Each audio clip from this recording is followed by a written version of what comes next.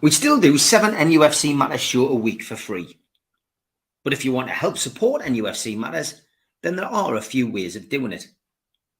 Hit the like button on each live broadcast and video. This helps the channel grow. Hit the subscribe button and select the all notifications bell so you don't miss a single show.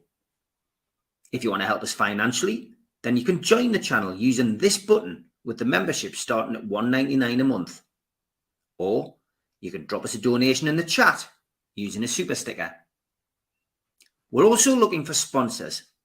If you'd like your brand advertised on the flyers for the show and featured during the ad break, then email John at nufcmatters.com to arrange today.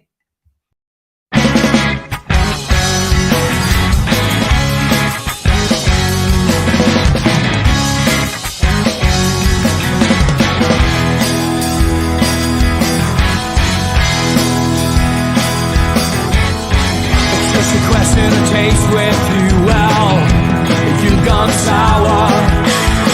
You want the world plus everything, but it won't work an hour. And now your questions are guilt creeping, and you're going buying flowers. You throw away the dreams we had, boy. I won't allow it. I said we're gonna fall out. Let you get out. I think we're gonna fall out, so shut your mouth. Good evening and welcome to NUFC Matters with me, Steve Wraith. It is the professionals with Mitch and Stu. Good evening, chaps. Good evening, Steve. And as always, plenty to get through in 90 minutes of NUFC Matters content. Plenty questions coming in already from the chat. We've had quite a few questions in advance for those of you who can't watch live. We are broadcasting on Facebook, LinkedIn and Twitter again tonight, as well as YouTube. If you are watching on one of those platforms and you haven't subscribed to the channel, please do. It is free. We do 7 shows a week. Okay, Newcastle United 1, Brighton and Hove Albion 1, Stu. I think most of us predicted a comfortable win for Newcastle. I think we all felt, slightly encouraged by recent performances and had no doubt Newcastle will be able to do the job and do it well yesterday. But Newcastle hit again with an injury prior to the game kicking off. Callum Wilson, not in the squad. People scratching their heads as to why, and obviously we got the club's line that he was hamstrung again, but disappointing that we couldn't break them down and we couldn't do the business against a team which has nothing to play for but a place in the top 10. However, I was at the game. I genuinely thought that Newcastle played well. I thought the final ball was poor, and that's what let us down. But I have to give credit to Brighton. I think Brighton came with a master plan, a game plan to frustrate. The time wasting was something that Newcastle have been experts at over the course of the last few years under Eddie Howe. Game management, that's what you would call it. And if you do that and you have a referee who is weak, which is what we had yesterday, a referee who was very weak to reaction against these kind of things, then it's gonna happen. And if you haven't got precision with your passes and you haven't put the ball to the feet of people like Isak, you're going to struggle. I think the draw was a fair result. I think Brighton were happier than Newcastle were with it. However, today's result, Manchester United losing to Arsenal 1-0, big game that keeps Manchester United now 3 points behind us. And of course, with the worst goal difference means that we can go to Old Trafford and draw or win, of course, on Wednesday night. And for the first time in Premier League history, finish above Manchester United, which in itself, whether you think of the season that we've had, will be quite an achievement. Of course, Chelsea are the team now who are threatening our chances of finishing in 6th place. They're on a hell of a run, done very, very well. And of course, narrowly won, it has to be said, at Nottingham Forest 3-2 yesterday. Signs of the old defensive frailties coming in at Chelsea again gives me hope that we can still do something at Old Trafford and then win at Brentford on the final day of the season to secure 6th place. But lots to digest. What was your take on the game yesterday, Stu? I thought Brighton didn't read the script. They were meant to just come in and roll over, weren't they? And it just shows it's credit to them. They played with pride and passion. There was a lot of huffing and puffing from Newcastle yesterday, but for me, the synergy, the precision, the confidence was missing. I don't know if it was nerves or were they expectant, were they trying too hard, or was it just one of those days? And, I've been racking my brain, which doesn't take long, to think, why were we not at it and trying to avoid all the conspiracy theories regarding Callum Wilson and things? It's this is where I turned it to Victor Meldrew, I suppose. But I thought having the kids before the game was a bad move. Taking them out on the pitch before the game. I understand why they did it, but for me, I think it might have slightly distracted them from the importance of the game. The game wasn't won; it had to be won. And emotionally, if it just shifts your focus that little bit, Mitch has mentioned so many times about the 1% and what a huge difference it makes, the significance and drop in performance of that 1%. And we know we've got players who are very emotional, players who are very family oriented, and it's a big moment. Having the kids on the pitch, and their focus then is making sure the kids are okay and they're not put off by the noise and they're looking after them. Now, I'm not saying that's not the reason we didn't win, but I think it's a partial contribution. But let's get rid of Victor and come back to being my more positive self. To finish sixth before yesterday, we needed 7 points from 9 due to the goal difference we've got. Now we need 6 from 6 to guarantee it. So the path's clear. What needs to be done is we need to win both our games. Are we capable of doing that? Absolutely we are. And if anyone has said to any Newcastle United fan in December, January, February, you're going into the last 2 games with a massive goal difference advantage over the teams who are 7th and 8th. And if you win both your games, you're guaranteed European football. Would you have accepted that? Absolutely you would. So there's still so much to be positive about. It was one of those games where the last pass wasn't there, or there was maybe it's the word caught up in the emotion. But I'm more than happy with how they acquitted themselves. It was just frustration on the players' behalf, and it just shows you, like, Bruno, we know he dictates games, and they had a plan. Whenever he had the ball, they was stopping his out balls. They seem to have, like, 2, not in front of him, but 2 to the side of him to stop these diagonal forward passes. And they've done the homework, and Brighton did a job. And Newcastle were, for all the possession they had, all the going forward, they seem to be devoid of ideas at times, which is unusual, but they were still trying, and the commitment and effort cannot be faulted. And, you're talking of fag papers, distance away from offsides, counting as goals, or just one pass making them a chance. And you mentioned Isaac before, he got no service. He can be the best striker in the world, but he's amongst definitely in the top group. But unless someone passes the ball, he's not going to score the goal, is he? So it is one of those days, and I'll put it down to that. Thankfully, we didn't get beat, and it's still in our hands. And as I said earlier, come the turn of the year, we would have snapped that very hand off if this was still in our hands going into the last week of the season, which is where we are. So, yeah, not the best of results, but the effort was there. They were just slightly off, which was unusual, and I'm sure they'll rectify that at Old Trafford and wipe the floor with them lot of wins tonight. Yeah, people are saying that Eddie Howe said he was ill. I haven't seen the post-match interview, to be honest. So if he did say that, then my apologies. If the word going round St James's Park before the game was it was a slight hamstring pull. So what it is and why he was out, I don't know. But it sounded very much as if it had been an injury as opposed to illness. But if he was ill, great, means it'd be okay for Wednesday. No, Steve, you said Isaac was ill. That was why he took Isaac. Okay, so David Cook, you're wrong as well, mate. It's definitely a hamstring that I was. Well, that was what was going around St James's Park before the game, anyway, from our contact. So we will wait and see whether he's fit for Wednesday. But yeah, Mitch, your thoughts on the game yesterday? It's something when we look back on this season, one of the learning points we've got to have is how to see a game off when we are expected to be on the front foot from the get-go. We are very, very good at counter-attacking. We're very, very good at taking advantage of a team trying to play catch-up against me. And we're very good at springing counter-attacks on teams that are expected to be on the front foot against me. What I think we've been lacking is a killer instinct when we have to make the run, when we're expected to be on the front foot most of the time. And I think yesterday was yet another example of that from this season. You know, how many times have we come away disappointed from a game this season that we felt we should have done better in? Then you look at the next two games where they've sprung a surprise result, and suddenly you see, actually, 7 points out of 9, that doesn't look too bad, that really. And this could be another 3-game run just like that, where at the end of this 3-game run, we got 7 points out of 9, and we're sitting pretty in Europe. You look back and you think, well, actually, that's all right, isn't it, really? But I think far too often this season, we haven't been able to exploit teams when we're clearly better than them.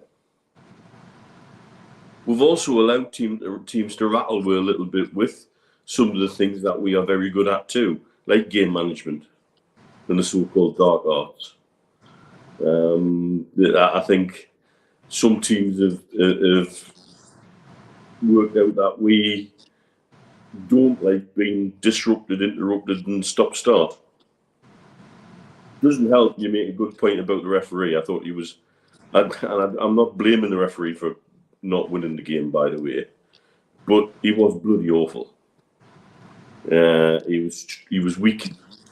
He was inconsistent, and that's the one thing that drives me nuts. I don't mind having a bad ref if he's consistently bad. Then everybody knows what he's going to do. It's when you get one who suddenly seems to do one thing one moment, and then something entirely opposite the next. That's when it starts to get ridiculous, and I think that's what we had a bit of yesterday too. Frustrating, yes. We've got learning points to take away from this season, and that's most definitely one of them going forward. So I think at the end of it all, we just sit back and say, yeah, okay, a point, on to the next game, and we're just doing it a game at a time to the end of the season then. Yeah, no doubt about it. Yeah, lots of confusion. Nobody seems to know the full story about Wilson. I'm sure we'll find out whether.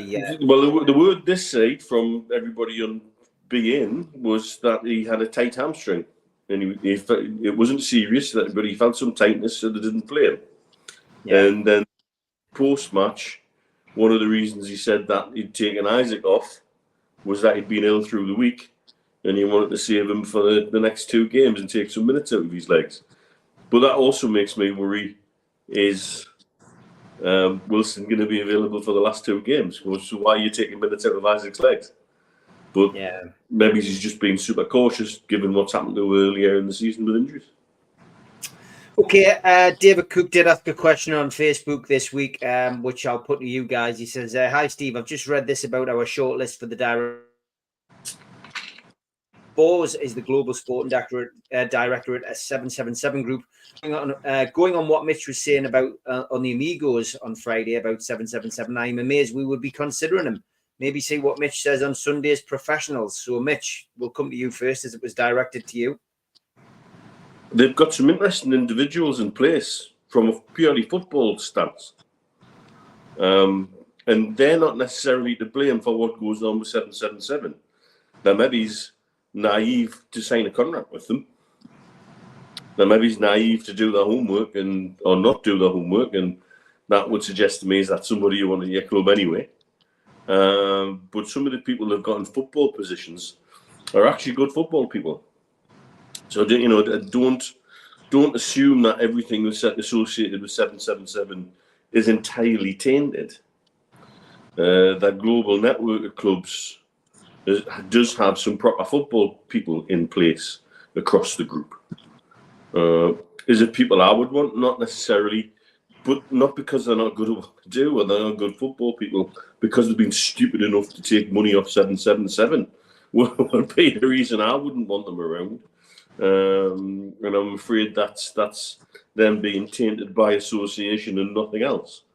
That would be my stance on it. Is in the early days post takeover, one of the first groups of people that Amanda spoke to, if I remember rightly, was 777, because they were a multi-club ownership group.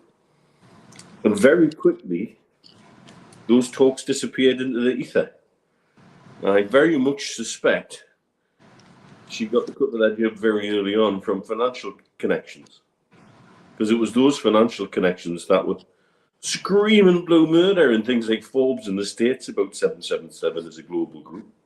Not just with their football and sporting interests, but with their other interests that are starting to come crashing down around them at the minute, like the airlines, for example. Maybe she took them as a guidance on how not to do it and said, right, thank you very much, goodbye. And I've seen all I need to say here. So my challenge with anybody who's been with 777 isn't that they're a good person or isn't that they're not a good football person, is they've been daft enough to take their shilling. What's your thoughts on that one, Stu? You've got to go along with they are being tarred with the same brush or by association. It's quite clear. But when they first joined 777, their reputation was a lot higher than what it is now. It's only starting to unravel over the last 12 months or so. So in any company, when things go south, shall we say, there's still good people working within that company. You know, you look at who was working under Mike Ashley in Penfold. There was still very, very good people at the club, but unfortunately for them, they get called Ashley acolytes and things like that. You know, so 777 for me is something that we should avoid at all costs. And I'm just probably contradicting myself there. You know, I said they've probably got someone really good.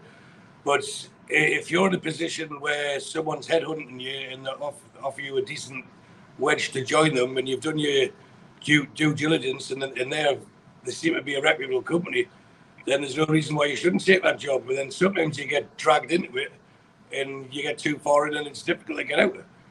But if they're not paying wages of footballers, they might not be paying the staff. So, you know, it's just like what we've been doing, looking at on a different scale, but looking at clubs who are struggling financially.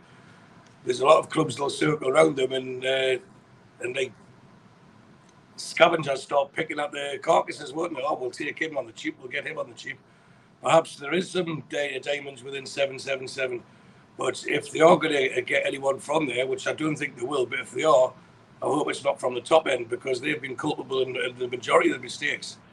And if you're borrowing money off other people and then to buy things and you can't pay the money back that you're borrowing, it really doesn't set yourself up as a good business brain, does it? So I can understand why there's caution, and I'm sure, especially after what happened with Tonali, that every single incoming that Newcastle do on and off the field will have the due diligence done very, very carefully and fully scrutinised. Let's talk director of football, Stu. Maldini. We've talked about Maldini a couple of times on here. There's been obviously, reports that it's down to, two people. One is the guy we've just been talking about. The other one is Friedman, who seems to have come in as like number one favourite. I've seen one or two reports from people saying Maldini was never in the reckoning. I mean, we know from our sources that he was definitely in the country, not once, but twice. And in the northeast, not once but twice. So was he here for a holiday, Stu? Yeah, he was wanting to go to the Sage, and so he came back twice in 3 weeks, and was at St James's, and he just popped in for a stadium tour. So no, absolutely, Maldini was on the list. But the same with when we recruited Eddie Howe, there was a list of 6. Only one could get the job, but for absolutely certain, Maldini was on that list. The other one I thought that would go or would get it due to his CV in the UK and abroad was Paul Mitchell, and I was quite bullish that he would get the job. Now, whether he wanted the job or whether he was willing to fall into place with what was expected from the board, he moved to the area, be more committed. He's now the guy's got children, they might be settled where they are. South of France isn't a bad place to live. There's loads of things that got taken into consideration. But Dougie Friedman, what do you say? He comes with a good reputation, and I say he comes because it's looking likely that he's going to be the person that's getting it. but he comes with the reputation of being able to find quality players, not just in the Premier League, but in the leagues below. I can understand why some fans are a bit underwhelmed by it, because the Maldini link made us look a lot more attractive globally and a bit more sexier and stuff like that. But look what happened when we got Ruud Gullit, who was in the same sort of mould, wasn't it? Like a global superstar on the pitch. So you can see why Maldini was in the running. You can also see why they want someone who's going to be committed and probably be a better fit with Eddie Howe, with the work ethic, the long hours, leaving no stone unturned, putting nothing down to chance. And I think they've got the same mantra that the harder you work, the luckier you get. And he sound, by all accounts, it sounds like he's willing to give it a go. And we actually spoke to Crystal Palace about it. Could we approach your guy and speak with him, rather than just let the papers do the talking? So there's ways to do things properly, and we certainly do that. Yeah, Mitch, I mean, the director of football, Eddie Howe, was asked about it in the press conference on Friday, had he been involved in the process, etc. And he said he'd spoken to the people who were dealing with the process, but he hadn't met any of the candidates. But, he was also asked, is it important to have a director of football in place before you start doing your transfer business? He said, well, of course it is, yeah. It's interesting, but we seem to be down to two names, Mitch. No confirmation from the club. What's your thoughts on Friedman? Well, look, firstly, I say I make no illusions that I was 100% all in on Maldini personally,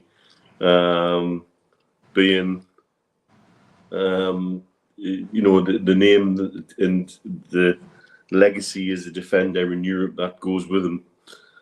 However, that doesn't automatically make you the best candidate for a director of football role. The best footballers very rarely make the best managers. The skill sets seem to be totally independent of each other. And how many great managers had mediocre football careers by comparison to what they've done as managers? And I would assume that's the same for people looking to be in a director of football role. Dougie Friedman is quietly gone about his business down at Crystal Palace. And he'll be being noted simply because Palace, remember, are another part of a multi-club ownership group, which seems to be more and more the models that people want to have in place. And if that's the way that we're going, there's another box tick that he's worked within a multi-club group role as well, which means he can work with other directors of football at other clubs in a network. And so it starts to make more sense why he's possibly coming up more and more as a candidate. Plus, if you look at the churn of young and up-and-coming players coming through Palace's system of late, I'd be interested to see how much influence he's had on that. The one that goes missing at the minute is Guy, the defender, because he's been out injured. And he was looking like a shoe-in for the England squad at one point. Then you've got Eze and Olise, who both, are now highly rated and coming to their fruition. But then you look at some of the foreign signings and you look at it and think, well, who's that? But then you look at some of the performances they've been able to turn in, particularly over the last few weeks. The only thing that makes me wonder about Palace is why suddenly they've woken up towards the end of the season. Is it because they've all been told, right, is there all in the shop window, go and make with some money? It seems their run of form seems to have come at a really odd time and out of the blue for no apparent reason. So, I can see why his name gets chucked around more, and he's certainly well respected within the game. Again, there's another one in all the articles that have been written, certainly that I've seen, and please correct us if I'm wrong, because I haven't had a chance to see all of them, obviously. I don't think I've seen barely a bad word written about him. There's nobody casting aspersions on that kind of appointment or breaking him down as an individual or saying, oh, well, he's done this and he was involved in that and he did this, and there's none of that around. And again, that's the kind of appointment we want. We want somebody who isn't a boat rocker, isn't going to, cause ructions unnecessarily. But someone who can hold his own and deliver what the club want, their vision of this director of football to do. Also, bear in mind, there's a good chance we could restructure the whole thing, and that we might be making one appointment. The role may be divided between two different appointments, is something I've been told of late. Now, whether that's true or not, I don't know. But certainly, that would be interesting to see a slightly different structure come into play to spread the load and get more sort of boots on the ground around Europe and around the world. Okay, interesting stuff. We've got questions coming in on the chat as well. I'll go with John's. It's a good one. He says, "Hi guys, do you think Tosin and Lloyd Kelly will be good signings for Newcastle? And can Newcastle go to Old Trafford on Wednesday and win or get a point for European football next week?" Stu, I mean, we're led to believe, I think, from a lot of the reports coming out today, Craig Hope in particular, that the deal for Tosin is more or less done. And Lloyd Kelly sounds as if that's imminent as well. So two good players coming in, good for FFP as well, from our respect. And obviously the Old Trafford thing, we'll discuss that later on. But let's just focus on those two players. Looks like Newcastle trying to get some business done early. Which is a very nice change. And it shows that they have a strategy, they have a plan. And it shows that we are attractive to players because there's other clubs interested in these players. But by all accounts, they both are just about done all bar waiting until their contracts are expired. So will there be regular first team starts during the course of the season? I would say injuries permitting, no. Will they be padding out the squad and improving the depth and the strength and the ability of the squad? Yes, because there's a lot of people that will be leaving or being sold during the summer months. And I've repeated on many occasions that what we need to do is ensure that whoever we bring in is better than who's going out. And these two are Premier League savvy. I believe that the reports about Tosin, what I've seen, what I've read, what I've spoken to people who watch him regularly, he seems to tick a lot of boxes. Is he going to be Botman's long-term partner? Who knows? That's possible. But until he signs, we'll never know. So we all know that Eddie Howe will improve players once he gets time to work with them. And he'll show them a pathway to how he expects them to improve and where he thinks he can improve them. And once you've got them on board, you start playing with their mentality. Like, we've got mentality monsters, haven't we? I mean, anyone who seen that Anthony Gordon interview with Gary Neville could feel to be impressed with his mental focus, his mental strength. But the team's littered with that. You've got Pope, you've got Shaw, I think is mentally strong. They all buy into Eddie Howe's mantra, don't they? The work ethic, the project. You've got Bruno. Obviously, we've mentioned Gordon, and then there's others like Joe Linton. There's Longstaff. They're all Dan Burn for sure. They all really, really want to play for this club and all really want to achieve something as a group rather than as an individual. And you can't really discount what that means to people. They see a harmonious Newcastle United group and think, do you know what it is? Maybe it's not the same here where I am, and I wouldn't mind being part of that. That club is going somewhere. And if I can get into that group, and if I can get improved like how I've seen Anthony Gordon improve, how I've seen Joe Linton improve over the last 2 years, I'm all for that. And to me, it's a more attractive prospect than sitting on Chelsea's bench or sitting in the stands in Man United getting rained on. So we are becoming more attractive, and get those two in, and then we can start adding to it by spending real money. As you said, Steve, for financial fair play, it makes sense because Drummond's going to be out, Rich is going to be out. So would you swap those two for these two? Every day of the week you would. So yeah, great signings once we get them. Yeah, two bits of business done early, Mitch. It would make sense, and two players, as Stu says, to pad the squad out. I mean, we've got injuries in the back four, as we know. Lascelles probably going to get back slightly earlier than Botman, but we start the season with two of our key, two of Eddie Howe's key players missing. So it's good to pad that back four out for now.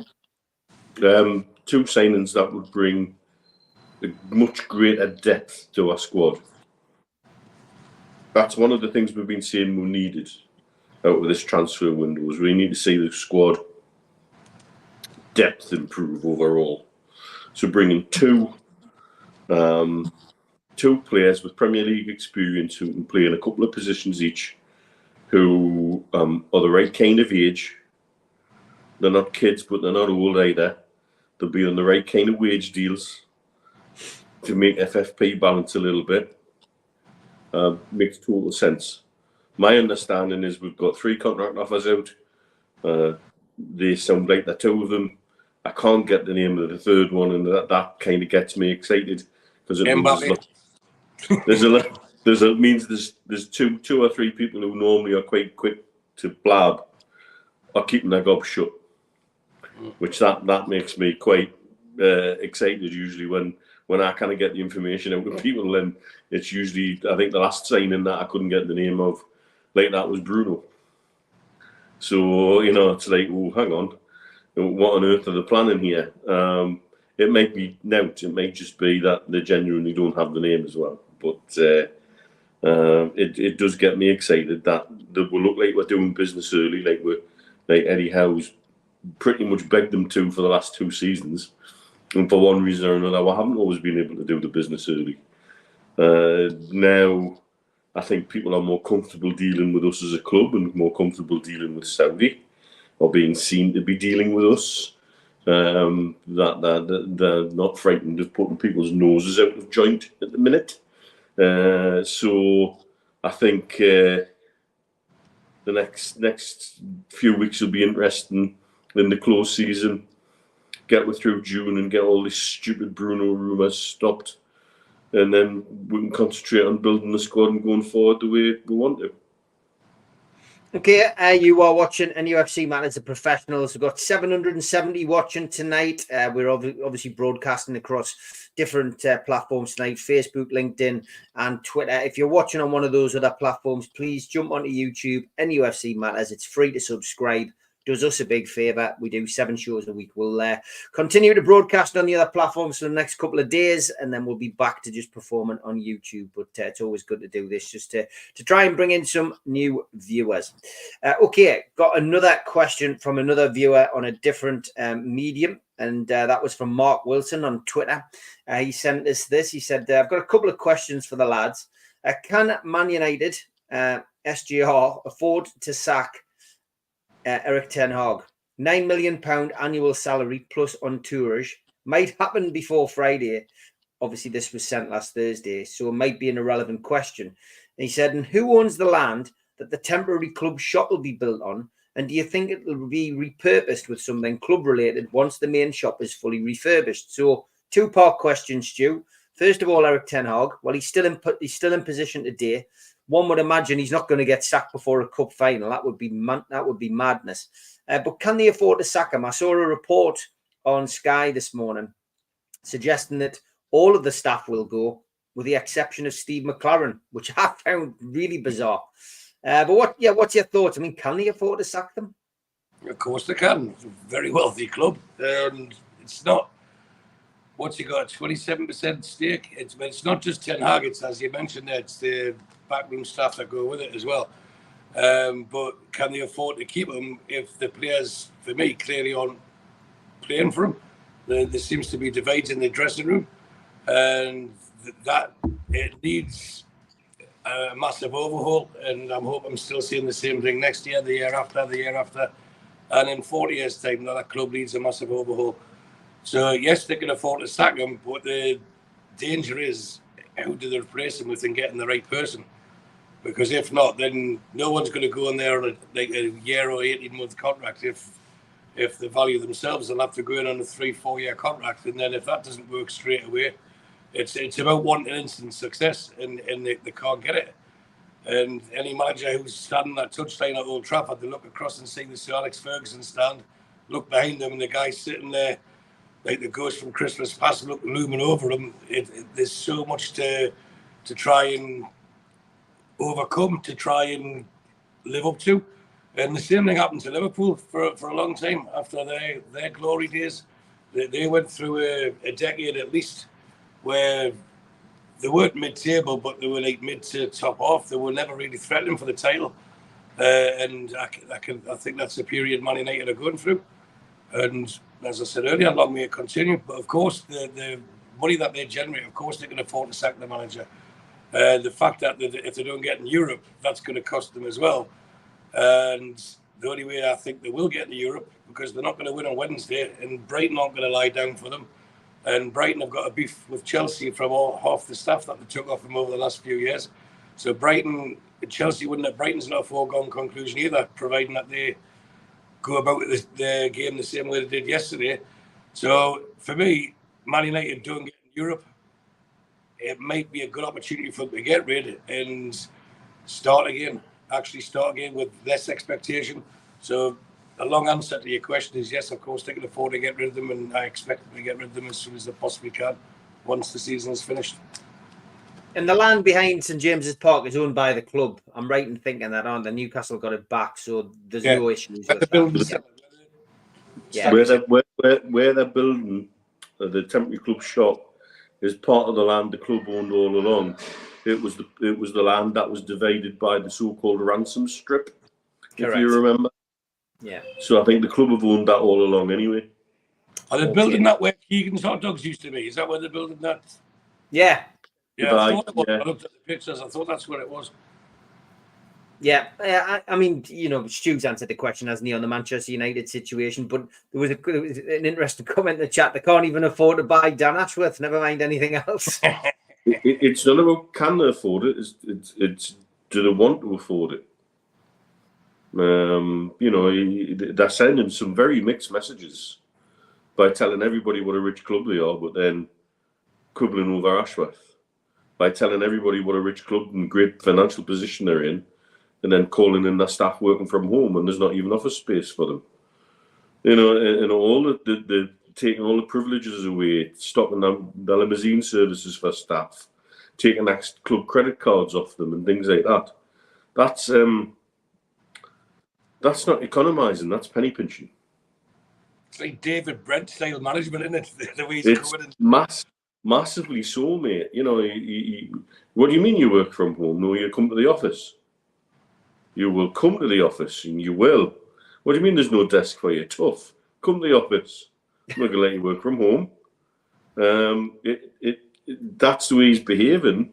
It ill behooves a club like Man United, really. It makes him a laughingstock, more of a laughingstock than the press are allowing at the minute. I mean, you've got them saying what they want to do here and what they want to do there is a big, club in Europe, and then they're asking the taxpayer for money for a new stadium and telling everybody that it'll benefit the North. Well, no, it'll benefit the Northwest, but it won't benefit all the Northwest, because do you think Scousers will go to a new stadium in Manchester and treat it like the Wembley of the North when the North's Man United's home ground? Will the hell? It benefits one thing and one thing only, Man United. And again, comes back to the age-old thing. I still see Man United fans on my timeline every now and again telling us how wrong I am and that they've got rid of the Glazers. No, they haven't. In fact, if anything, they've got a bigger stranglehold on your club than you'll ever really imagine, except they're now just in the background and they're not being abused by you. Okay, question from Jules in the chat. She says, question for the lads. Great to see Trips back yesterday. Can I ask, do you know how much time he spent in Dubai on his recovery program? And did he split it between here and there? He was only over for about 5 days. And it rained too with him, didn't it? Aye. Yeah. Yeah, he was over for about 5 days. I think he was training at the facility which they use when they're over here as well.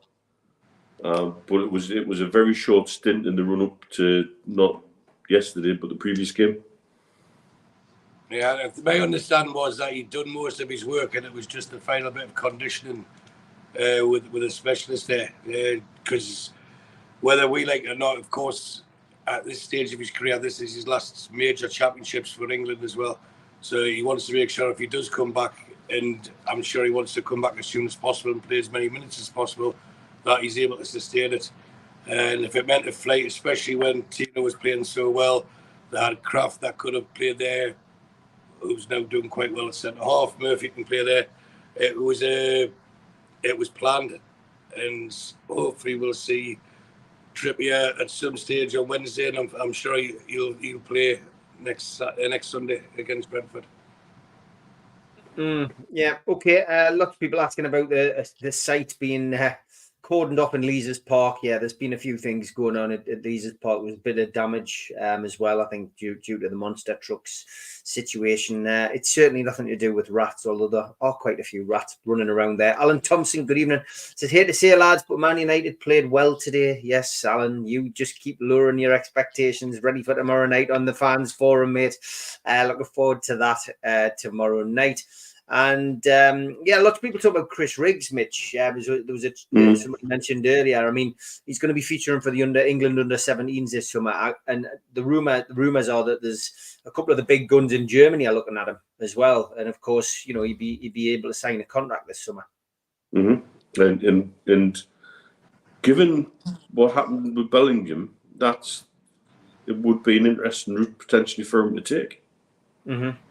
I think all young players now, when they get to a certain point from their formative club, shall we say, have these options where they can look globally now.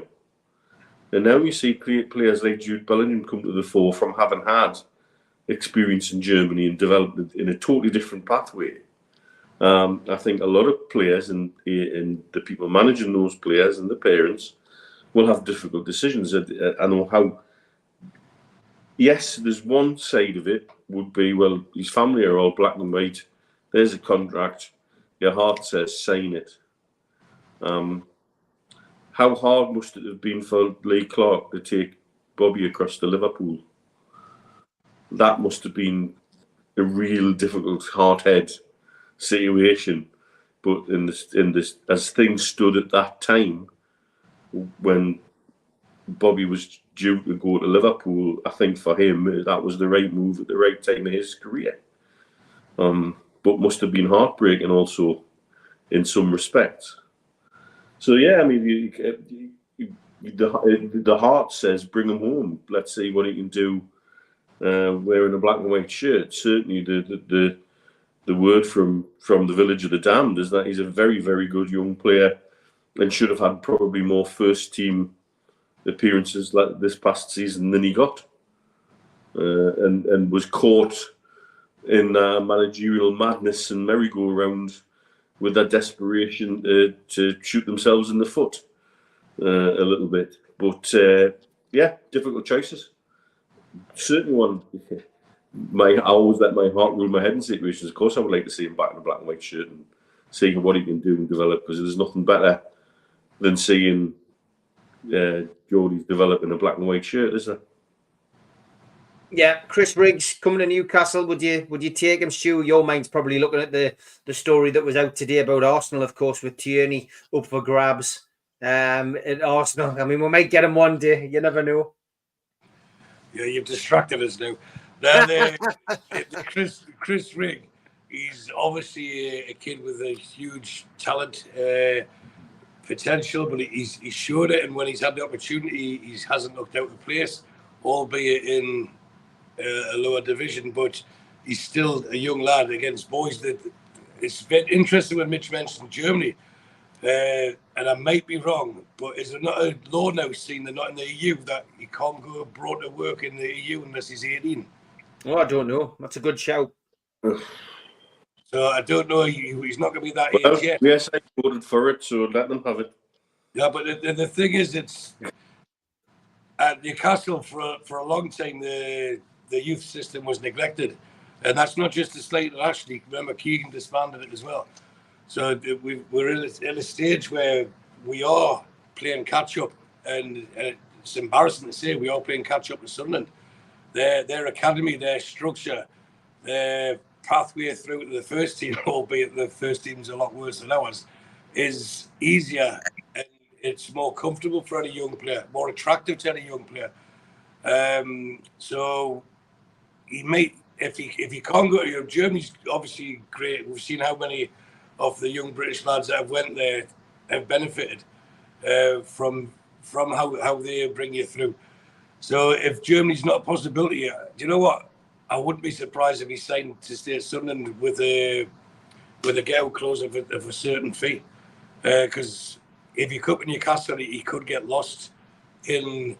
Well, he wouldn't get it the first team straight away, and then we're getting the people like Alfie Harrison in. There's more coming. There's more that was signed last year. We're either going to have the best youth team in the league very, very quickly, or we're going to end up losing a lot of players. And I think for his own success, and I shouldn't say this, he should stay clear of signing for Newcastle this summer. Get more first team games under his belt elsewhere. We'll have a closed his contract that once he hits a certain age, once he's 17, he can go for that amount. Once he's 18, he go for that amount, and 19 for that amount. And if Sunderland say no to that, he's not going to be short of suitors. So for the talent that he's got, the ball's in his court, and I'm sure, yes, he's family role in Newcastle, but they want the best for their son, for their brother, their sister, or whichever relation they are. And I'm more than certain there'll be a lot of careful consideration taking place. And if he's good enough, he'll get there anyway. But sometimes it's easier to get there rather than just join a big club and get lost. Look at how many kids have been discarded at Chelsea and Man City in the past.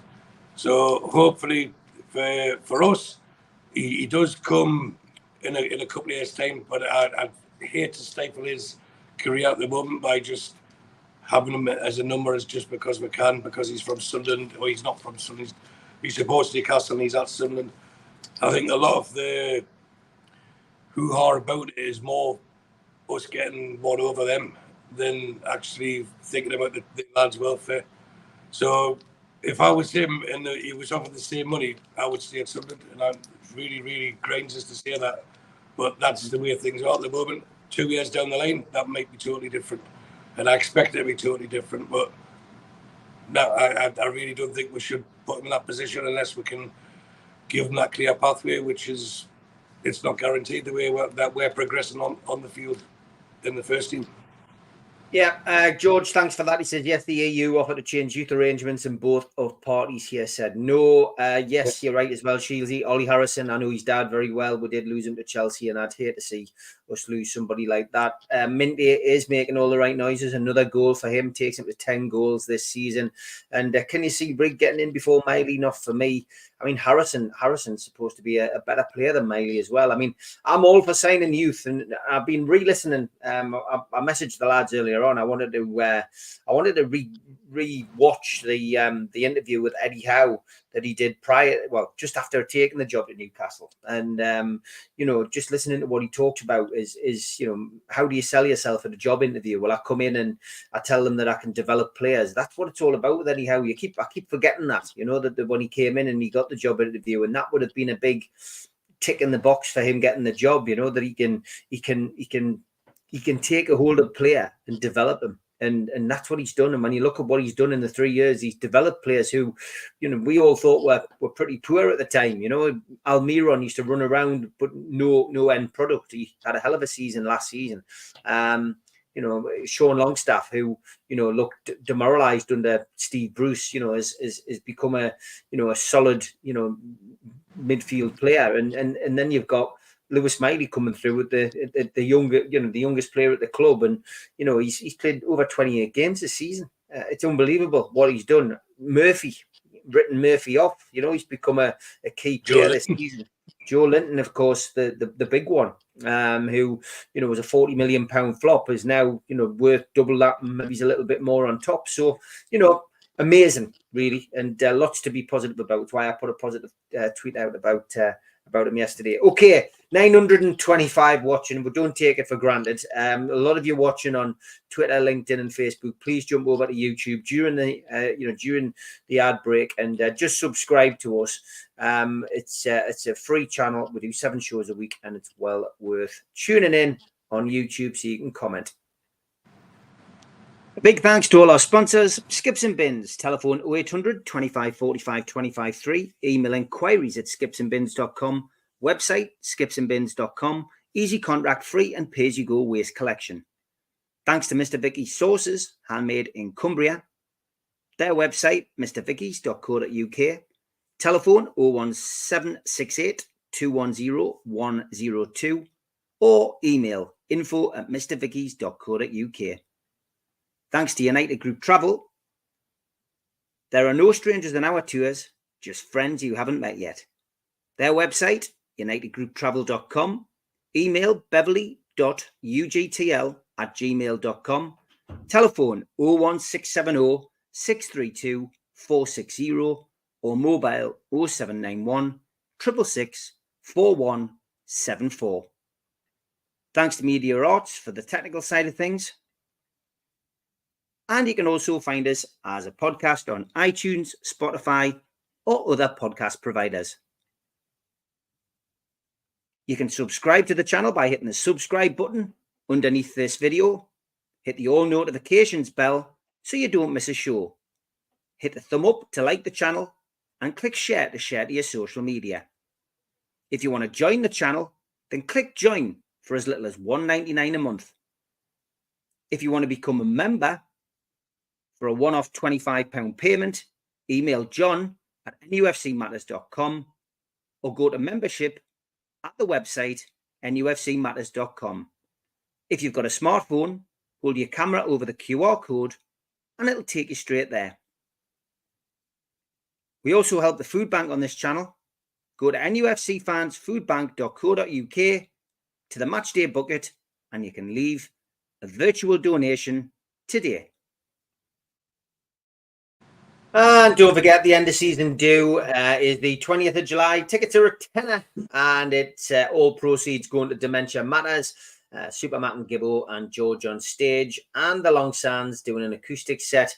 nufcmatters.com, newcastlelegends.com are your places to buy tickets. It'll be a case of just coming along with the email to prove you've bought the ticket. We won't be sending any physical tickets out. So if you have ordered already and are wondering where your tickets are, your name will be on the door. And An Evening with Rob Lee is on the 2nd of August. Tickets available via Ticketmaster, and that is ticketmaster.co.uk, or you can buy those tickets on Voucher as well.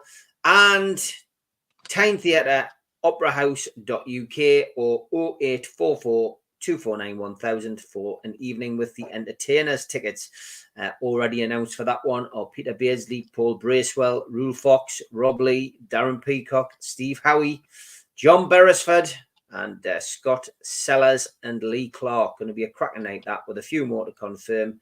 That is on the 24th of January 2025, but tickets available, as I say, from the Tyne Theatre themselves on the box office number or on their website.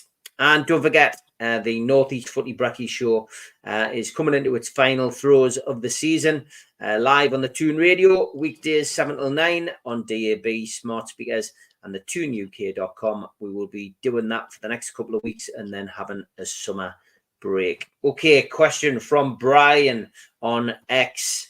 Discuss blatant diving. Should you be banned for it, even if it goes to a panel during the week who view them? Stu, we saw two wonderful dives yesterday in our match, one from either side. Let's focus on our player, Almiron, who, it has to be said, did dive. It was criticised highly on Match of the Day by Alan Shearer and Gary Lineker. Shearer was he said, I can't defend the indefensible. But what's your thoughts on diving in general? I mean, it used to be a disease that was coming into our game from those maybe from a European style of football, but we do seem to see a lot of it now, and it needs to be taken by the neck and strangled. It needs to be eradicated. Klinsmann was probably the most famous one, wasn't he? And then he mocked it, but it's cheating, and whichever way around it, I understand the idea of it is to try and gain advantage, but with these cameras, I'm all for. If they introduce at the start of the season, if you are blatantly diving, as in there's no contact, and you've flung yourself to the ground trying to get the advantage, then definitely, if you give a few red cards, it would stop within a matter of weeks. Also, on that theme, I would book players who feigned head injuries, because for a head injury, you've got to stop the game, because sometimes at one time it's going to be the man's cried wolf, and they're not going to stop the game, even though they're meant to. because they're not expecting it, and it's a genuine head injury. There was one today in the Man United game. He got a shoulder to the chest, and he's went down clutching his face. And that's just what you see it in just about every game now. And it's got to stop. It's if you hurt, you hurt. But if you get hurt in the ribs, why are you holding your head? If you get stamped on your foot, why are you holding your knee? You know, it's cheating, and really it should be outlawed. And the Premier League, being the most watched league in the world, could be the trailblazers to set it up and say, right, this is what we're going to do. The only thing that would be a disadvantage once the teams get into Europe, because it's rife, isn't it? So it would have to be something introduced by UEFA or even FIFA globally. But of course, there's no room for cheating, and it says more about the person's character. They're not. You know, so many times people are clean through one goal as well, and they tumble down. You know, take the shot. Take a shot. And that was my problem with Almiron yesterday. I thought Almiron could have got his foot on the ball. I don't know why he went to ground. It's possibly his right foot that was going to go to the ball. So it's one of those things that it's not nice. And we're the first to call it out when it happens against us, so we should be man enough to call out when it happens for us as well. There's no room for it. And yeah, as I said, a couple of red cards early doors of the season, and it'll stop very quickly. What's your thoughts on that, Mitch, the old diving scenario? I mean, it was embarrassing that yesterday. Like Stu said, there's multiple elements tied in with this for me, and we've got the camera technology that they can't use properly to decide whether something's a goal or not, or something's a handball or not, and whether something's on, offside, where to draw the lines. But what you can see clearly is when the player has gone down and he hasn't been touched. The next one, which really irritates me, is when a striker goes looking for contact, particularly when they're through on goal with the keeper coming out of them. They'll trail their leg until the contact is made. That's not a natural thing to do, if you ask me. And again, ask someone like Alan Shearer, would you have trailed your leg and waited for that contact? I would have put your bloody laces through the ball and see what happened. And I know what he would have probably done. And then the other one is, that Stu rightly mentions, is people that they go down like they've been shot from the stands and they're clutching their throat and they've had a finger in their ear. Or they've had the slightest of glances from a fingertip somewhere on their shoulder, and they're going down holding their jaw. Was it Ben White for Arsenal did that twice in a game a couple of weeks ago? Yeah. That's embarrassing. And yet they're not. There seems to be no shame. Why aren't fellow professionals that going at a player like that and saying that's bloody embarrassing? Pack it in. What the hell do you think you look like? Because there seems to be therefore no shame from some of those. So yeah, it's one of those situations where if you started being harsh and started delivering reds and things at times for it, you'd maybe have 5 or 6 games that get interrupted, which finish 9 against 10 or what have you. But would be eradicated from the game very quickly then. Yeah, common sense should prevail. Common sense should prevail, and if you've got anyone who's played the game at any level, you can tell the difference to someone who's jumped out of the way of a challenge and someone who's just blatantly dived, and it's clear. So whether Mickey was trying to jump out the challenge or he was diving yesterday, he dived to gain an advantage, and that may be out of desperation. And for me, if you've been red carded for simulation or blatant cheating, then I don't think anyone could have complained about it. Benny, to be fair, none of us would have given it if Mickey would have bought a pen for us and we won 2-1. If our players aren't cheating, they don't care enough about winning. The world is not fair. But it wouldn't have, Steve, because the VAR would have stopped it. It would have been clear, no contact. Yeah. Roger says the officials need to book these pretenders. It may take a season, but that'll stop it. Alan Thompson says, I admit Shaw did the same, cheated in the West Ham game, and West Ham scored the second goal, and the referee got it spot on, yet the fans were up in arms when it was clearly an act. The club should fine him, says Derek. The only thing about it was Miggy could have stayed on his feet and driven into the box or took a shot, says Derek. And John says, I hate when a player gets tackled and bangs his hand on the pitch as if he's seriously injured. Marcus just says Miggy's last game at St James's Park. Hopefully, possibly will be. We did try to sell him in January. Footballers are the biggest cheats in sport. They'll do out to get an advantage, says Davey. And John says they all put it on, crying 1 minute and springing back up like a superhero. And Blue Rhythm Boy says Shaw did the same versus Wolves away. Okay, we'll move on. There was a question from Simon Davies, which I felt I should send the lads because it required maybe a little bit more thought than we could give on the hoof. So enjoy the show, gents. A question for the next professionals. If we are signing 5 players this summer, what positions do you prioritise? So who wants to go first? Can I get Tierney out the way then? Aye, go on, get him in there. Now, the positions for me would be quite clear because you can see who's either out of contract or who's linked to move away. So remember, we've got a 25-man squad, not including the younger ones. So these places have to be filled anyway. So you read a lot of reports that we're going to sign about 15 players. It's not going to happen. You know, it's going to be a gradual, phased-in progression, an upwardly curve. But also take into consideration that both Botman and Lascelles are unlikely to play again this calendar year. So they could actually be omitted from the 25-man squad and put back in if anyone's got long-term injuries come December. But again, that's a lot of thought that has to go into it by Eddie Howe and his team. But for me, it's clear we're going to lose at least one goalkeeper. So we need a goalkeeper to challenge Pope. I don't think this window we need to spend a fortune to replace him. As long as he's come back strong and fit enough, and because he's not been able to throw himself around on the ground, hopefully he's had plenty of time practicing his kicking and passing under pressure, and he might come back even better for it. So if we're looking at that, we will need at least one keeper. Burnley have just been relegated. Young James Trafford, who went there all singing and dancing and found life a bit tough. Maybe if we steal another Burnley keeper at a lower price, maybe pay them what they paid for him, which was 19 million. So let's say give him 20, there's a bonus for you. He can come and be an understudy for Pope. He was under 21 European Championship winner just last summer, and he could be the future for us. So I think he would be a goalkeeper. I don't have to mention if now Dubbett's going out, who I'd want in to replace him. And I think we could get Kieran Tierney for 20 million.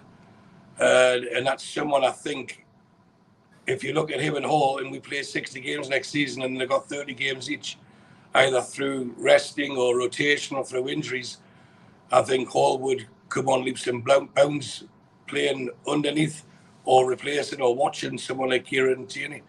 So, yes, I've got that out of the way. I think another centre-half, although Chosen's going to come in. I know we've made overtures for Branthwaite and Everton, irrespective of what they're saying, they're in desperate need for money. However, he is a sought-after player. So let's say we just say 50 or 60 million for him. Then Miggy gets sold, Wilson gets sold. We need a right winger. And I've mentioned Rafinha before. I think he would be fantastic for us at home. It's important when I say that at home because his willingness to track back in, games like Bournemouth away on a Saturday night when it's peeing down with rain or the wind's blowing is not really going to be his cup of tea. It used to be Stoke away, but I'll say Bournemouth away. So someone like Rafinha who could create that bit of magic. Alongside that would be Morgan's Gibbs-White. Someone like him yesterday, because what Brighton did very well yesterday was nullified our main threat, and that was the pace. By sitting deep, you were just running into trouble. There was no one-on-one leg races. There was no options, that they kept things very, very compact. So you need someone. That's why I believe Eddie Howe wanted Madison last summer, and he was really wanting Madison because he's the type of player that could find the pass that would make the difference in these games. Because whether we like it or not, we are there to be hit at now. We are now seen as a big team, and other teams will see us as a scalp. and they will defend more resolutely against us than they would have maybe 2 or 3 years ago. So we do, especially at home, we do need someone who can pick the lock. And then striker to replace Almiron. You can always say, well, they could play Gordon there, they could do this, swap it over. Try and keep the square pegs for the square holes. And I liked, and a big shout out to Magnus from Jolie's here, Jolie's there. Gudmundsson, I think he is from Genoa, the Icelandic guy. He's had a cracking season and he's went under the radar a bit, and I think we could get him for 25 to 30 million. And I think he'd be willing to come to Newcastle. And I think he'd be willing to be an understudy to Isaac, and we could rotate him for the Europa Leagues, League Cups, Conference League, whichever one we're in, and give him minutes, 70 to 80 minutes, bring him on occasionally to keep Isaac in prime condition. So that would be my 5. Okay, Mitch. People asking if Stu is Tierney's agent. Are you going to suggest Tierney as well? I didn't really go down the line of naming names, but more like looking at, okay, what do we need? We're going to need a goalkeeper. And that's probably one of the trickiest ones of all. Someone who's the right age and ability to push Pope, but also understands he's not necessarily going to be number 1 from the get-go. That's a difficult find. I think that's a really difficult slot to fill. So I'll be interested to see where they go with that. Do they sign someone who's a real challenger? And you say to Pope, without introducing the pun, the gloves are off. You're fighting for the place. Prove you're the best keeper.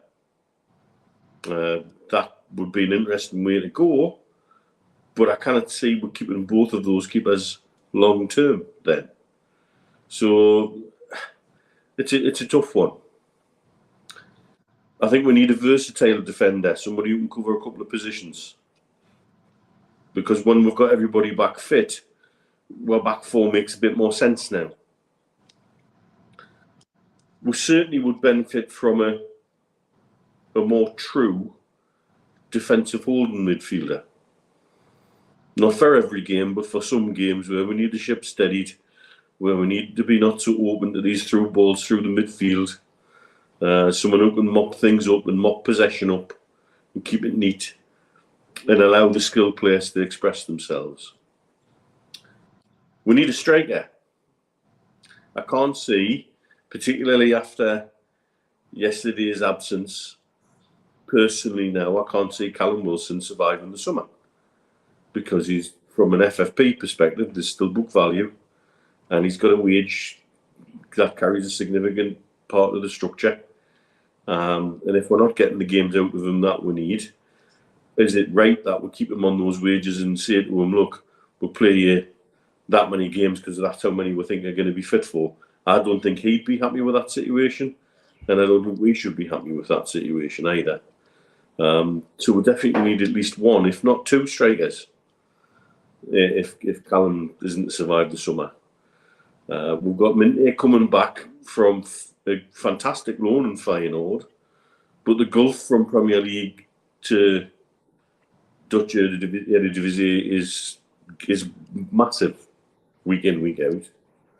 So I think Howe will have to have a good look at him and say, right, does he fit with our plans? Does he slot in with what we want?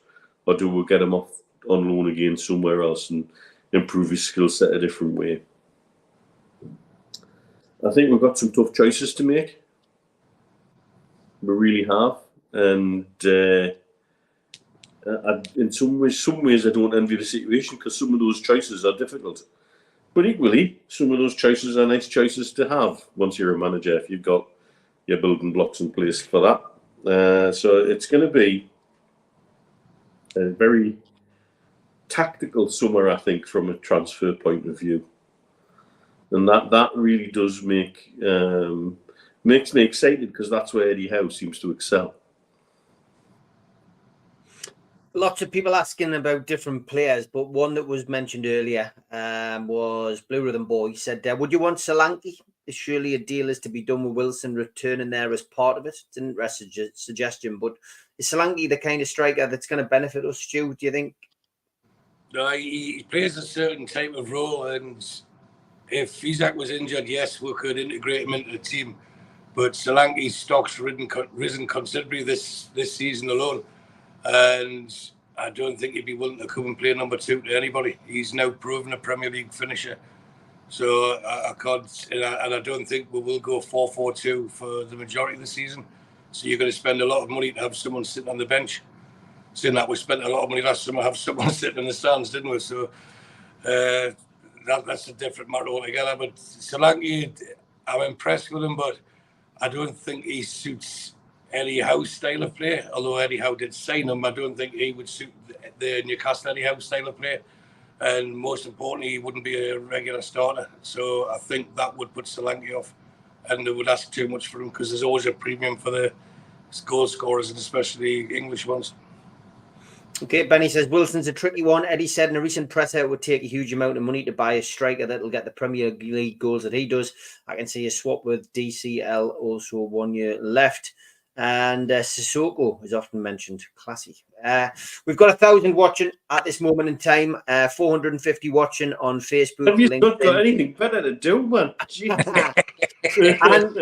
and on X. So please jump over to YouTube when the show finishes. And please hit subscribe if you like it. We won't be doing this on all of these other platforms forever. We're just doing it as a little bit of a reminder that we're still here. And if you want to subscribe, we're over 52,000 strong now. Come and join the nufc Matters forum. And we will be doing 7 shows a week. Once again, running through till the end of the year. Doug Hall says, I keep the platform on X, Steve. No more ads for erectile dysfunction after a so-called easy defeat. Yeah, the adverts are part of it, unfortunately, mate. But we do, as I say, I do a fishing expedition every now and then to try and pull some of you back in. Sutty says, would you get Harrison Ashby off the books, or do you think he deserves a chance? Yeah, I mean, he came in with a big fanfare, didn't he? But he's been out on loan against Stu. Interesting call on him to be made. Same to be said for Garen Kowal as well. Hasn't really hit it, hit a decent spell away from home. But again, another player that we've spoken about quite a lot in the last few weeks is Yankuba Minte, who has scored 10 goals, won a trophy, and has done well on his first loan spell from the club. So decisions to be made on all of these young players. Well, the 3 you mentioned there, Ashby, Kowal and Minte, it's clear that Minte seems to have the most potential to get into the Newcastle first team long term. However, the one thing I would say about it is all 3, if they were to be sold, would be sold at a profit, which in this financial fair play world would be quite important.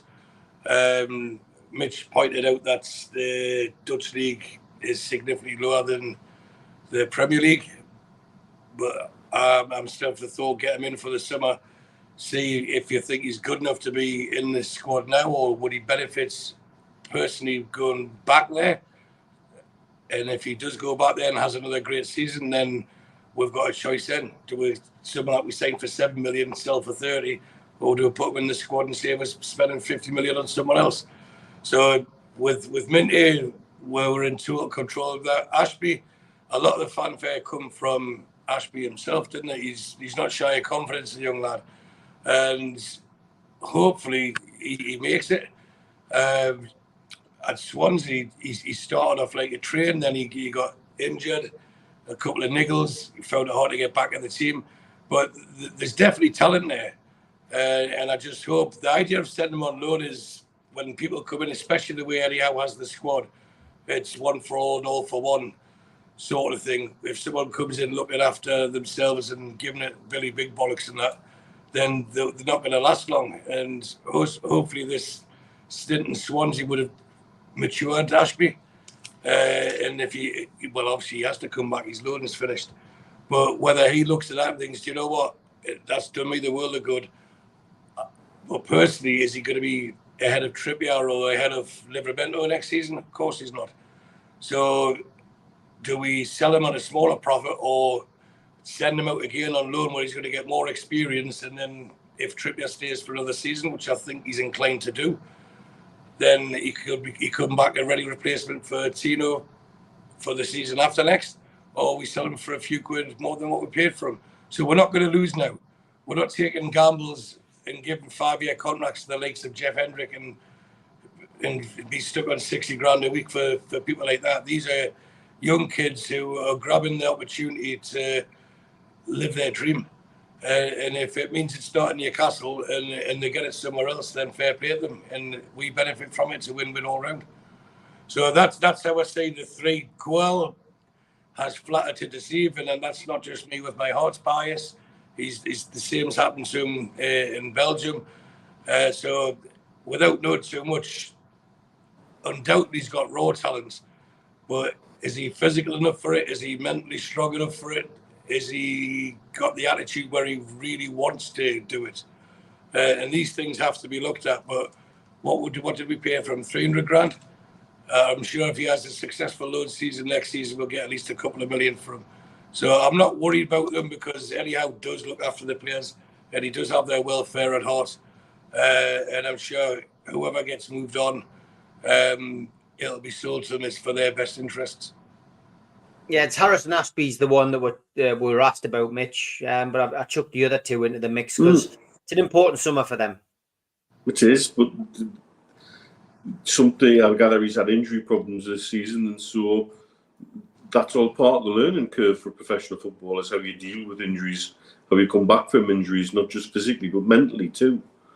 We might have a much more mature and introspective and self-aware young man coming back to Newcastle United, all the better for it out of it.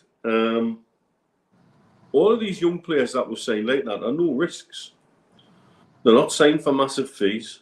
But from an FFP point of view, they're pure profit. So if they get moved on, we say thank you very much for trying your best. You haven't made it, but we've made a pretty penny out of you as well. And this is how, Chelsea had a production line of that going on behind the scenes for years and years and years that they made millions of pounds out of, and that's part of what kept their books so healthy at times when they shouldn't have been. And I do think, these have been smart moves, because if they turn into first-team players, happy days, you pick up a first-team player for next to note to effectively develop them yourself. And that's money you can be used elsewhere in the squad. Or B, you've got somebody who's a clear talent but isn't quite what you want, that you're making pure profit out of from a FFP perspective. And that's all smart. That's all clever. That's using your noggin. That's how you pick around these FFP conundrums at times. So I'm grateful to them, no matter what happens to them with their career with Newcastle United, because Newcastle United benefit out of it one way or the other. Yeah. Okay, I've got about 10 minutes left. I just want to thank everybody again. I often do this with the support for the channel as well. That was last week's figures. 125 new subscribers, 165. Steve, I was just going to switch phones because this one's running out. All right, and 2.5 million views. So thank you very much. That was last month's figures. As I say, we never do take that for granted at all. And can I say actually? It's Go on, mate. To see some of the numbers, and that people feel that they can approach with either physically if they're over in Dubai, or by social media most definitely, or physically when you guys are at the match. People feel like they know it, and I'm grateful for that. One of the things we always said we wanted to create was a platform which felt like a chat with your mates in the pub that you get involved with, and you'd want to carry on afterwards even. And I think we've definitely done that, and without anybody being pompous or aloof or chucking followers numbers around or slapping people in the face with this and that, some of which I've seen on my social media timeline of late, and it's not big and it's not clever and it doesn't look very good. I think I'm grateful to share a platform with mates, with people who we don't, as everybody's seen, we don't always agree on everything, but that isn't that football. That's what it's about, isn't it? And I think this is exactly what we tried to achieve all along. And here we are, 3.5 years down the line, You're still doing bloody 7 nights a week, you madman. I know. You know. I know. Yeah, I mean, it is mental. It really is. Something was started off in lockdown. Mitch and I started in lockdown just for the crack, really, to keep ourselves both sane. Has now developed into this wonderful community. So yeah, it's great. And yeah, we always bump into people. Match day now. Me, Steve Hasty, George, John, of course, and Keith Patterson, Liam Kennedy. We all tend to drink now in the same place before the match, which is great. It means we can all have a little bit of a catch up, and then every now and then people come in. I still see Joe. A lot of people ask what happened to Toon Tipster. I see him every match day. Andy's dad, I know he watches the show still. Obviously, still works very hard. So impossible for him to get on. And yeah, a lot of people who are no longer on the shows, we still keep in touch with. So as Jules says, 100%, no drama, no egos, just fans debating like adult. And Sam, thanks for this. The crack's good, but looking at them faces, oh, yeah. Just listen to the podcast, mate. Stephen Kennedy, he says, was Trippier's cameo yesterday his farewell home appearance? It's interesting because, yeah, I mean, I don't see, unless he gets a new contract, Mitch, how Trippier is going to stay on. He's not the kind of, he's got the experience. I think he could probably play for another couple of years. I think he's going to come to a decision this summer, and it'll be either a new contract, which will see his final days out on Tyneside, and it'll have to be an improved contract because it'll be his last one, or he's going to move. I think it's as simple as that. I don't know whether Eddie will want him to leave, but I guess it's a lot depends on what's going on in his personal life. Does he want to stay? Does his last want to stay in Newcastle? Has he enjoyed it here? Lots of questions to be asked on this one. I was pretty convinced he was gone in January. Really? Yeah. I was pretty convinced that Bayern Munich had got that man. Mm-hmm. Though I was impressed to see Newcastle United that didn't just drop their pants at the minute that they thought they were. Don't. With a big club. No, I'm all right. It's stable. There's plenty of previous chairmen and owners would have just taken the money. But they actually fought for it, and that's proper big club mentality. That's what we need to be showing. That's part of our development as a club and as a fan base, to fight to keep your best players and not just tug the forelock to a European big name. But you're right. He's also at the time where, as a player, he's getting to the twilight of his career, and he may find that there's offers on the table from other parts of the world that will give him him and his family even more financial security in the future. And there's nothing wrong with that. I would love to see him kept around and integrated if he's interested in going down the coaching route, integrated into the coaching team. What he did as club captain when he had his broken foot and insisting stopping all over the place with his crutches, being in the dressing room, and that shows what he can be as a leader away from the pitch. And there's a lot to be said for that. For once, though, we do have very more than adequate cover at the right back position now. We've probably got our best depth of right back cover for a long time, ironically. But I personally don't see him going anywhere. I did in January, but at the minute, no. Okay. There was a comment, and I don't want to lose it. Yeah, get our friendly MP on again. Yeah, I saw Mearnsey yesterday, and Mearnsey's definitely gonna pop back on an Amigos show. He won't be an MP for much longer. He's looking forward to retiring from that. But I did see Mearnsey yesterday, and he wants a guest appearance on the Amigos. So I said, yeah, no problem. Yeah, Stu, Kieran Trippier, do you think he'd leave? No, I concur with Mitch. He definitely had his head turned in January, but we all know, and I won't mention what happened, but we all know there was incidents that caused family instability, I would say. which made possibly a move more attractive. And it's not often a club the stature of Bayern Munich will come calling. So yeah, he had his head turned to the point that he travelled there. Absolutely, he was there and he was looking at houses there. So the possibility of him leaving then was real. Now, I believe things, with the help of the club, have become a lot more settled for him. And not just him, but the family. I think there's been a lot of work went on behind the scenes to make them feel more reassured and safer in the area and loved and wanted.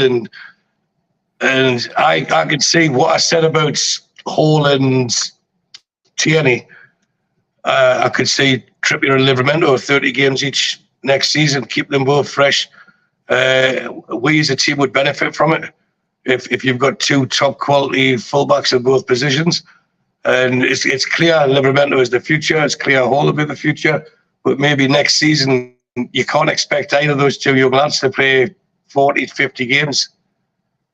You can't expect them to do that. So to have someone who has been there and done that and got the experience to learn from will help those individually and help us as a team. And I would love for Trippier to stay out next season and then become part of the coaching staff.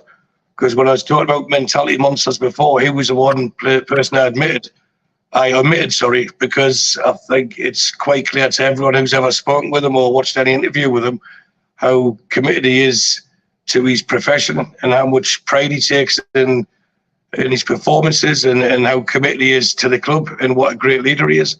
And I think he'd be inspirational for players under his tutelage if he's a coach, whether that be part of the first team or initially part of the youth.